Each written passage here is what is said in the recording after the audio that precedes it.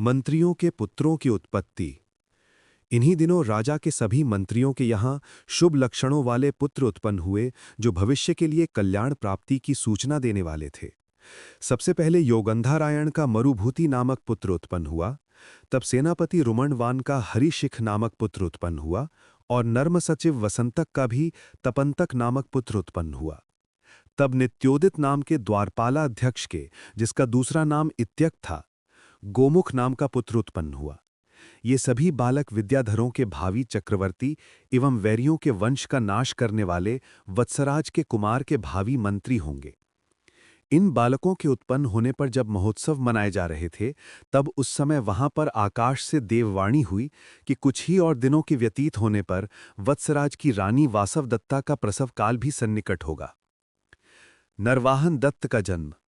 अब वो रानी आक और शमी के पत्तों से ढकी हुई खिड़कियों वाले रत्न दीपकों की किरणों और शस्त्रास्त्रों की चमक दमक से आलोकित एवं पुत्रवती सुहागिनों से भरे हुए प्रसूति गृह में रहने लगी। वो प्रसूति गृह मंत्रियों द्वारा अनेक मंत्र तंत्रों से सुरक्षित किया गया, मानो मृगों की रक्षा के लिए और कष्टों के लिए दुर्गम दुर्ग बन गया हो। उस प्रसूति गृह में रानी ने समय आने पर सुंदर और दर्शनीय पुत्र को इस प्रकार जन्म दिया, जिस प्रकार आकाश स्वच्छ और अमृतमय चंद्रमा को जन्म देता है। इस कुमार के जन्म लेने से केवल प्रसूति गृह ही आलोकित नहीं हुआ, प्रत्युत माता का हृदय मंदिर भी शोक रहित हो प्रसन्नता से आलोकित हो उठा। पुत्र जन्म से सारे रनिवास में प्रसन्नता की लहर उठ गई और रनिवास के व्यक्ति से ही राजा उदयन ने ये शुभ समाचार सुना। पुत्र जन्म का समाचार सुनाने वाले दूत को प्रसन्न राजा ने अपना राज्य लालचवश नहीं दिया, ये नहीं, प्रत्युत अनुचित समझकर ही नहीं दिया। इस प्रकार चिरकाल के पश्चात सफल मनोरथ वाले महाराजा ने अत्यंत उत्सुक हृदय से प्रसूति गृह में आकर बालक को देखा। उस बालक का मुख लाल और चौड़े अधरों वाला, ऊन के रेशों के समान सिर के कोमल बालों वाला और साम्राज्य लक्ष्मी के लीला कमल के समान शोभित हो रहा था। अन्य राजाओं की राज्य लक्ष्मी ने मानो भय से उसके कोमल चरणों को पहले से ही छत्र और चामर से चिन्हित कर दिया था। पुत्र का मुख देखने पर हर्ष की अधिकता से फैली हुई और हर्षाश्रु धारा बहाती हुई आंखों से प्रतीत होता था कि राजा के पुत्र स्नेह धारा मानो बह निकली हो। उस अवसर पर राजा के परम हितैषी योगंधारायण आदि भी अति प्रसन्न हो रहे थे। उसी समय आकाश से इस प्रकार की वाणी हुई कि राजन, तुम्हारा ये पुत्र कामदेव का अवतार है। इसका नाम नरवाहन दत्त होगा। ये वीर एक दिव्य युग तक विद्याधरों का चक्रवर्ती राजा रहेगा। ऐसा कहकर वाणी बंद हो गई। आकाश से पुष्प वर्षा हुई और शहनाइयों के संगीत फैलने लगे। देवताओं द्वारा मनाए गए उत्सव से अत्यंत उत्साहित और प्रसन्न होकर राजा ने अपने विस्तृत राज्य में व्यापक पुत्र जन्म महोत्सव मनाया। नगरों के शब्द घरों से निकलकर आकाश में फैलने लगे, मानो समस्त विद्याधरों को नवीन राजा के जन्म लेने की सूचना दे रहे हों। ऊंचे ऊंचे महलों पर फहराती हुई लाल रंग की पताकाएं मानो आपस में गुलाल उड़ा रही हों, ऐसी प्रतीत होती थीं। घर घर में प्रसन्नता से वेश्याओं के नाच गान चल रहे थे। ऐसा लगता था मानो स्वर्ग की सुंदरियां प्रसन्नता से भूमि पर उतर आई हों। उत्सव के उपलक्ष्य में राजा द्वारा बांटे गए एक समान वस्त्रों और आभूषणों से सारी नगरी एक समान वैभवशाली मालूम होती थी। जब राजा ने उत्सव के उपलक्ष्य में अपने सेवकों को धन लुटाना प्रारंभ किया, तो खजाने के अतिरिक्त और कोई भी खाली न रहा।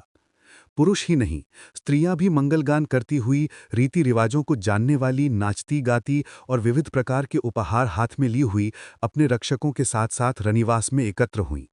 तो ऐसा लगता था मानो स्वर्ग की स्त्रियां प्रसन्नता से राजभवन में उतर आई हों। उस समय सभी की चेष्टाएं नृत्यमयी, सभी के वचन पूर्ण पात्रमय, सभी का व्यवहार त्यागमय और सभी का स्वर वाद्यमय हो रहा था।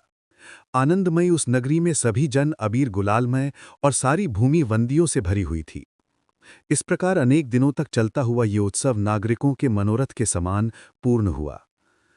आकाशवाणी के आज्ञानुसार पिता द्वारा दिए गए नरवाहन दत्त नाम वाला वो राजकुमार कुछ दिनों में ही प्रतिपदा के चंद्रमा के समान क्रमशः बड़ा हुआ।